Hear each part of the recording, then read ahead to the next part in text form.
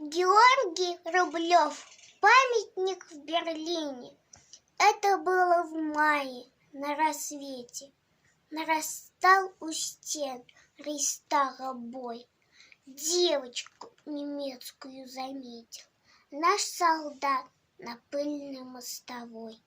У столба, дрожа, она стояла, в голубых глазах застыл испуг, и куски свистящего металла смерть и муки сеяли вокруг.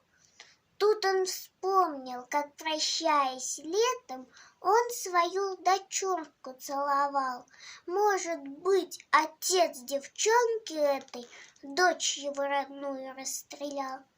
Но тогда в Берлине под обстрелом полз боец и телом заслоня девочку в коротком платье белом осторожно вынес из огня. И, погладив ласковой ладонью, он ее на землю опустил.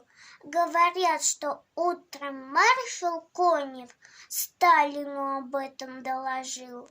Скольким детям возвратили детство, подарили радость и весну рядовые армии советской, люди, победившие войну. И в Берлине в праздничную дату был воздвигнут, чтоб стоять века, памятник советскому солдату с девочкой, спасенной на руках. Он стоит как символ нашей славы, как маяк, светящийся во мгле. Это он, солдат моей державы, охраняет мир на всей земле.